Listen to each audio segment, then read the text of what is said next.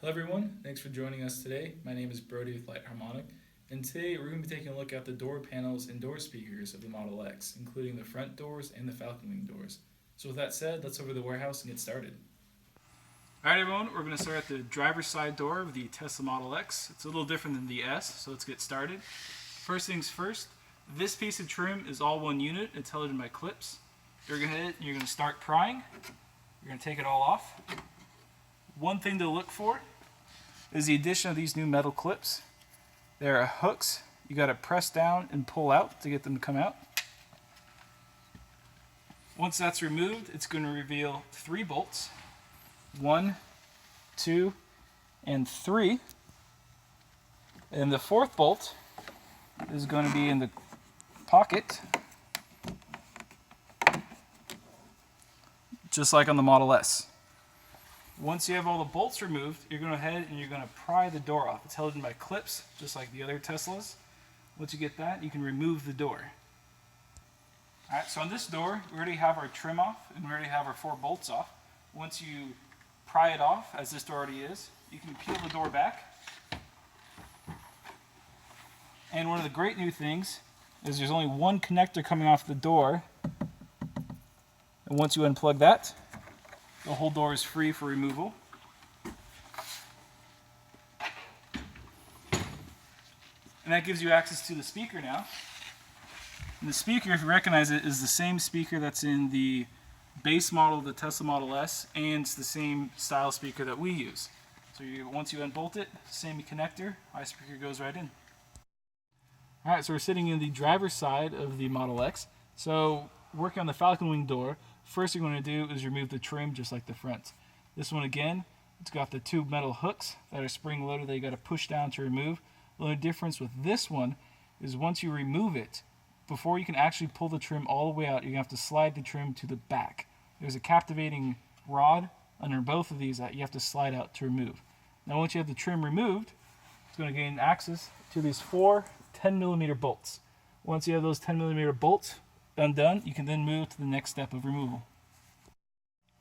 Alright, so the next step you're going to do is you remove this headliner piece. Now you're not going to take the door off before, we just have it because we're disassembling it. So before you take the rest of the door panel off, you're going to have to take this piece of trim off.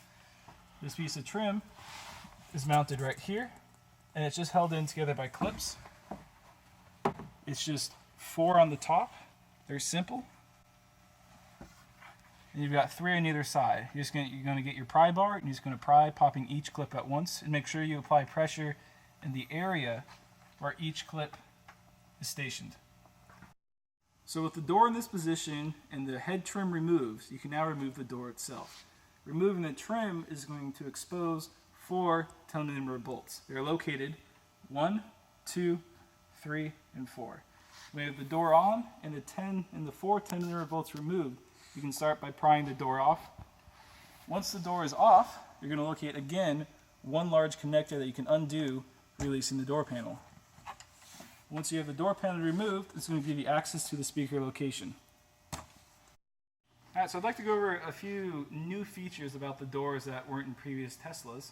So the first thing is this has a lot of sound matting. It is very thin, but it's a good addition. Some of the earlier versions did not.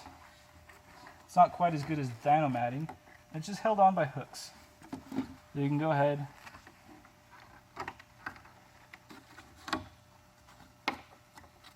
and just take it off. Now this is molded in several different steps. As you can see here, this is a different mold versus the actual door frame, along with these pieces up here for the door handle and switches. One of the biggest changes that I quite like is the addition of a single plug. All your cables on the door are held together by one plug, and also all the wires are now captive. They're all plugged and zip tied down. There's less wire rattle, it's easier maintenance, it's much cleaner overall. So that's some of the differences we've noticed between this door and the Model S door. Alright, so now we're going to talk about the Falcon Wing door. So one of the unique features about it versus the other doors in Teslas is it actually has a tweeter in the door as well. This is normally where your speaker is located, but it also features a tweeter, along with your lighting and a buzzer for the door. Taking a look at the back side, again, we have a nice addition of some more sound matting. And again, it's just held in by hooks that you can just take off.